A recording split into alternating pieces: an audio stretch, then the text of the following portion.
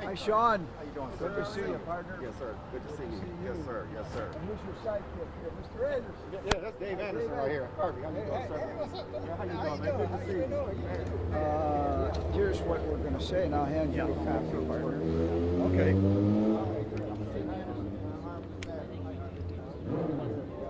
John Tharp this morning about this. Hi, Glenn. Of course you are. Johnny. The other candidates to have it. Yeah, they should have it. Harvey.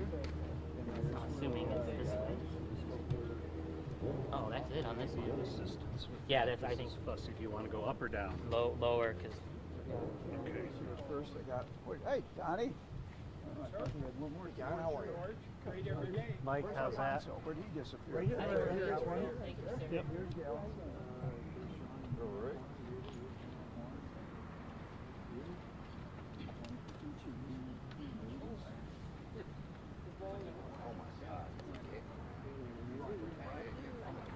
Donnie.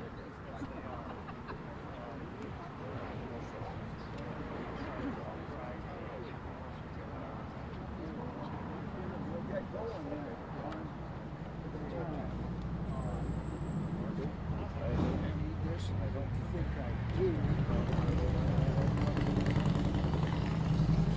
Good afternoon, everybody.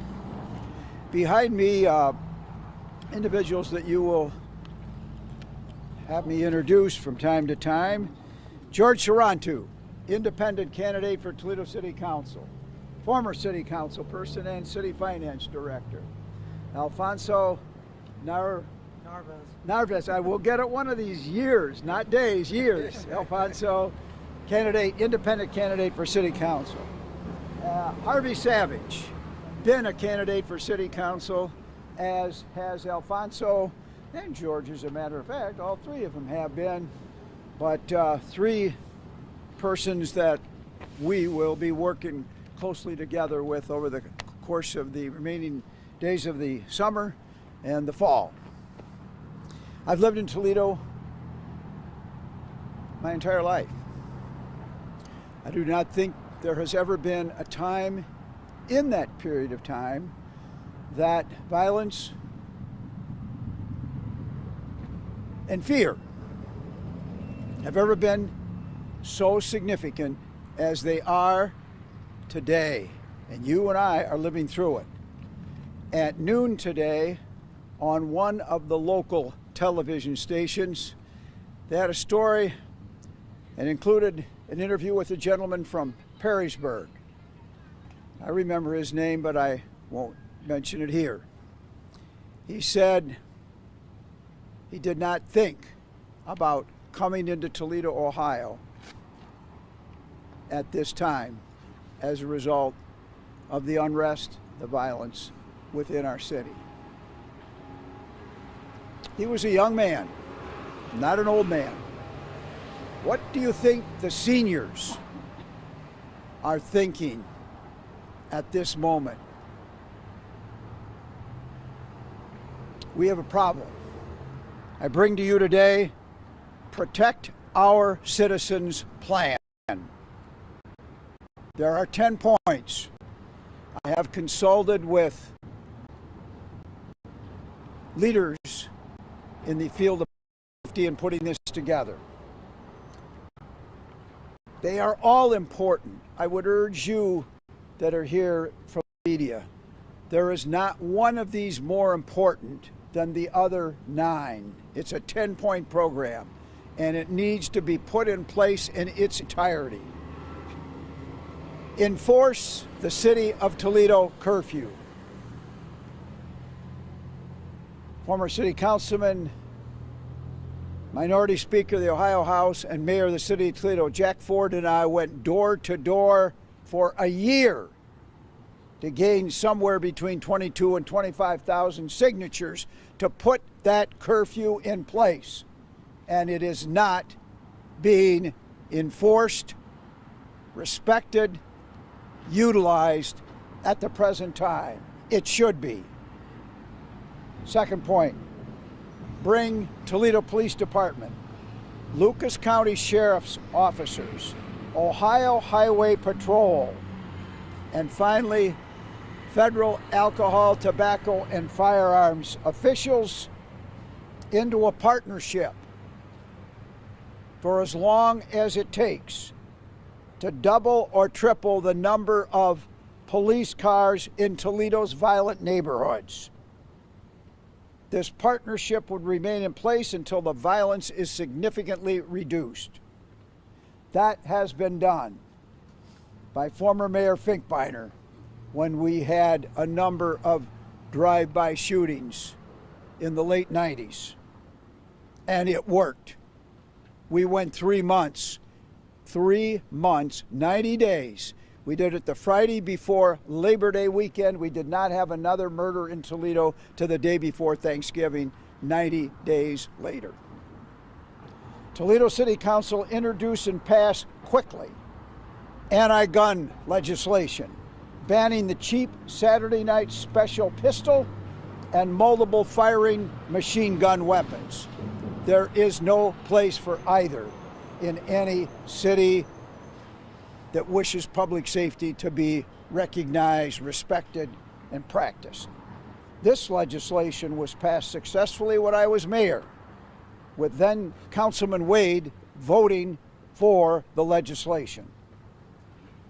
Put a gun buyback program in place immediately. Have we done that in the past? Yes. Have we done it recently? Not very recently, and it needs to be done. And if we need to enlarge the amount that we're giving for weapons, depending upon the lethalness of that weapon, then we've got plenty of money in the city of Toledo for the first time in icons. We've got plenty of money. Then double or triple the amount you're giving for a Saturday night special or a multiple firing machine gun. Let's get them off the streets of our city. Employ youth in city cleanup and beautification efforts. Detroit has hired 8,000 youth and put them to work cleaning up that city. The alleys, the vacant and abandoned properties, the garbage that's set out and sits there sometimes for weeks. I'm talking about the old sofas, the old chairs, the old beds, the mattresses that are put out in front. Sometimes they're not picked up for weeks, indeed possibly months. Put these young persons to work. Has been done. The Finkbeiner administration did it. I invited the gang members to the 22nd floor of one government center on a Friday afternoon. About 45 showed up. 37 of the 45 were hired, and they did a very good job that summer and early fall cleaning up some of the messes that we hadn't gotten cleaned up. Double or triple the amount of the reward money to those who provide solid data leading to the arrest of those committing violence or serious crimes. We've got plenty of money. Let's use that money. We need data and information. You all know that one of the practices on the streets of the city is to not provide vital information to the Toledo police or the Chicago police or the Los Angeles police. Money talks at every level, corporate and street. It talks. Let's put the money in the hands of people who will provide us with very valuable data and information. A major initiative to bring the Block Watch program back into all Toledo neighborhoods. We once had 200 such programs. We've got approximately 20 today. 20 from 200.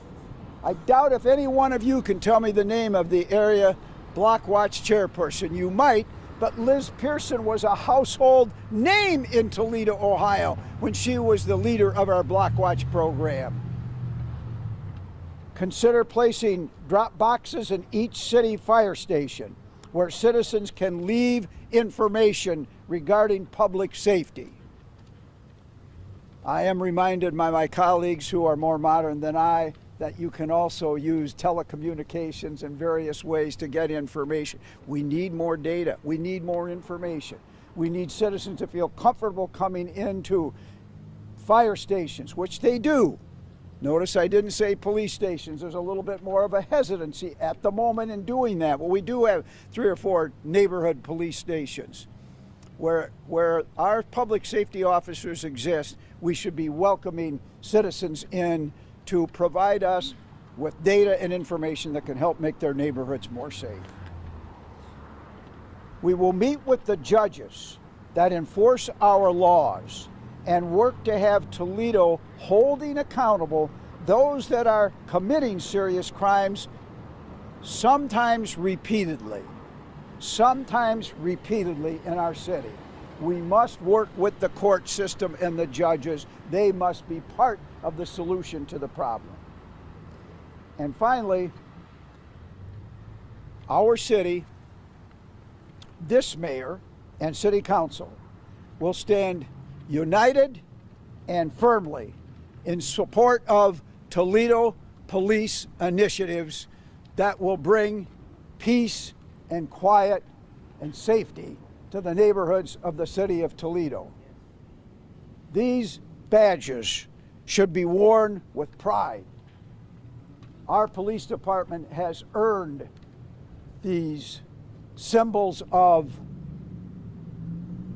stability and safety in and on the streets of the city of Toledo.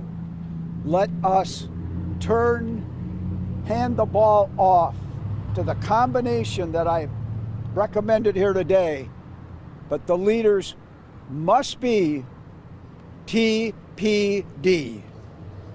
They have what is needed to quiet our streets and our neighborhoods down, and they can do that very respectfully of anyone's constitutional rights and general behavioral relationships between law enforcement and the citizens of our city. We must do that, and we must put this package of 10 recommendations in play as soon as possible. I will answer questions that you might have. I will answer any questions you might have. Do we have someone that would like to speak? And I was not prepped for this, so you'll have to tell me what you need. I think we should probably move on. We haven't prepped it. Maybe we can work it in, but all right. Questions, Sean. Do you know that the police department isn't working with the sheriff's office and the ATF? Like, do you know? From time to time. It hasn't been consistent. I think you and I and everybody else here both knows there have been Saturday nights. Saturday nights they seem to think is going to be the busiest night of the year for this. There have been Saturday nights when there has been cooperative efforts. There has not been an ongoing day in and day out, week in and week out team approach to this. We need that team approach because we need more visibility and more mobile units in the high crime neighborhoods. So do you envision this like a blanket the neighborhood per se? Like, do you want them in uniforms out there? And is that what you're envisioning for that part? Well, I think the vast majority would in all probability be in a uniform, but there will also be non-uniform public safety officers working the neighborhoods just as they do today. We must target where the biggest disrespect for law, order, and the most violence is taking place. That would be at the top of our list, but we'd work down that list and we would have success doing this. I know without a question, a shadow of doubt, that the toughest team in Toledo for public safety is wearing blue uniforms, be that City of Toledo Police, be that Sheriff, State Highway Patrol. Alcohol, tobacco, firearms, and FBI are a little bit more tricky to define with the uniform, but they yet are the most respected team in Toledo, and we need to get them in place in multiple numbers. The sooner, the better. Do you think more police patrolling the streets can do anything? Seems to be these last few weeks of crime, few months of crime, is just street crime, beef between people, not generally people being murdered, just Does it matter if you're murdered? Does it matter if you're murdered and you're innocent? whether this is defined as a street crime, a random crime, does it matter? The answer to me is when your city is gaining a reputation of having a higher percentage of violent crime than Chicago, Illinois, based on population. And I would ask Phil to hand me the sheet, Phil, that has the numbers on it. We have a terrible record now nationally based upon our roughly 275,000 population that puts us, got it there? Now these, well, when he gets this ready, these numbers are dated. They are not 2021. They are numbers through the end of 2019.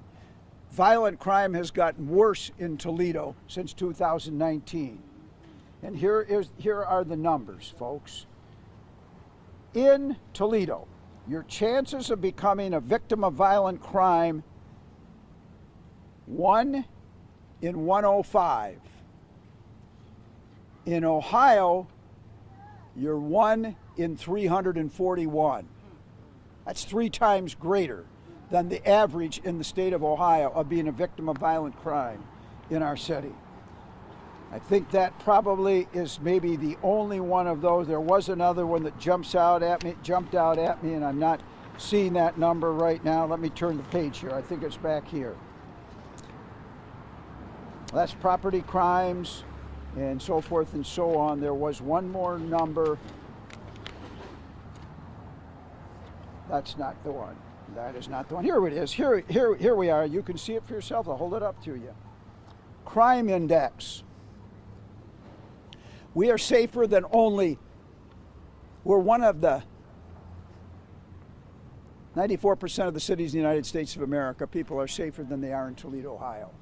94%. We are ranked 6th. 100 is the safest, and the other 94% citizens are safer than we are in Toledo, Ohio. This is